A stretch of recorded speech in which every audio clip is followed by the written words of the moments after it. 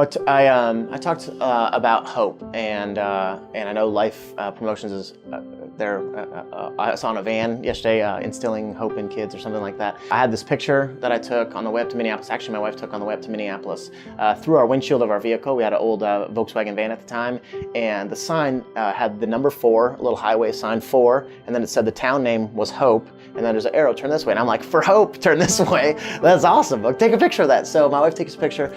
We get home a couple days later, doing our thing, and look through the pictures, and I'm like, oh, this is a rad picture, but there's windshield is full of bugs. I'm like, bugs, man, always, like blocking and smashing our view of hope. And just talked about how the reality is for all of us, all of our windshields, either stuff that we're driving through on our own or something somebody threw on our windshield, some crap that somehow gets on our windshield of our vehicle, whatever, our life vehicle, blocks us from seeing hope. And all of us have that. All of us have that happen. And in my story, I had a pretty good growing up years. My parents loved me. Everything was good. I was from a small town, so I did sports and plays and band and chorus and did all this stuff that you have to do when you're from a small town, because otherwise it doesn't happen. So I did that stuff, did well. Life was good. I had a pony. It was a good setup. And then my senior year, after 2 years of doing chemotherapy and radiation and going into remission, and then my dad got cancer back. So we fly down to San Antonio where he's in treatment down there, give platelets.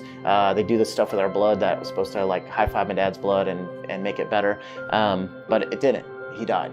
And so then suddenly life's not so great for me, and I got all kind of bugs on my windshield. And I thought that in my brain, I just got to power through this. I'm from the Midwest, we stuff it down deep and just keep on walking and everything's okay. And I thought I needed to do that for my family. The reality was I was hurting, but didn't really realize what that hurting was doing. I thought, okay, maybe I don't feel super awesome, but I'm okay. I'm getting by. And came to understand that getting by isn't good. That the opposite of hope is despair, and the opposite of being hopeful is really being desperate. And found myself feeling pretty desperate about some things. And thankfully, went to college that fall.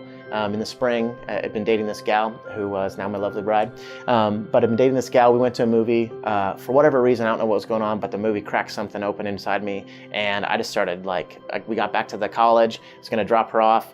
And it was a dark and stormy night, and all of a sudden I just feel this ugly cry coming on. And so I'm like, I got to get out of here. So instead of doing the good thing and the smart, manly, romantic thing and dropping her off at her dorm and saying goodbye and then going and have a good cry, I sort of snapped and freaked out of the parking lot, put my car in park, shut it off, and just got up and started walking away. And thankfully, I thought, okay, I feel a cry coming on, I got to get out of here. Thankfully, my wife didn't feel the same way, and she pursued me, came after me, said, hey, what's going on? How can I help you? And the snot-faced, bubbly, awful, ugly cry, she saw past that, and the reality was that at that time, I was too proud to know how hurt I was, and I was too hurt to be able to seek help, and I needed help to be able to see hope.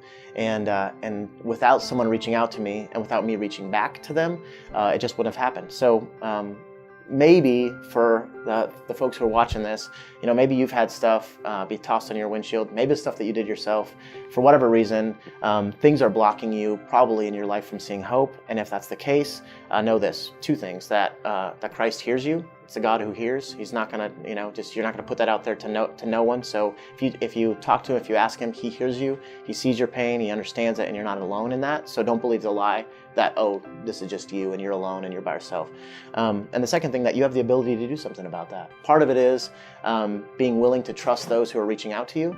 Part of it is trusting others, and you also have the ability to help other people in that. So if you're a follower of Christ, in Hebrews 10:24, it says, let us consider how we may spur one another along in love. And as a kid who had horses, the idea of spurring, that wasn't when we wanted to give a horse a high five. That was when they're not quite doing what they should be. They need to be going in this way. So you lovingly you know the horse, you know how it responds, and so you give them a little poke. You don't just jam a spur into them. And so with us, with other believers, with us as believers, for people who are hurting, we consider. So we get to know them, we find out who they are, and then consider how we can help them by spurring them along in love. And so just ask kids to do that last night. Like think about, I had a windshield up there with that picture behind it, and then I had one of my friends paint, Dan from this band called Liebecker, painted a bunch of stuff that had blocked him from seeing hope, and painted that on the windshield. And then as a response, and just as a hey, I want to start fresh today. I want to make a difference. I want to go with somebody else. I talked about maybe don't go wipe alone. If you need somebody to help you wipe, make that happen. Not that way, rude. But getting someone to help wipe off that windshield and clean your windshield so you can see hope again. And that's necessary for all of us, not just physically, but also spiritually, and how God changes that, how God challenges the church to do that very thing by being together. So that was kind of my talk.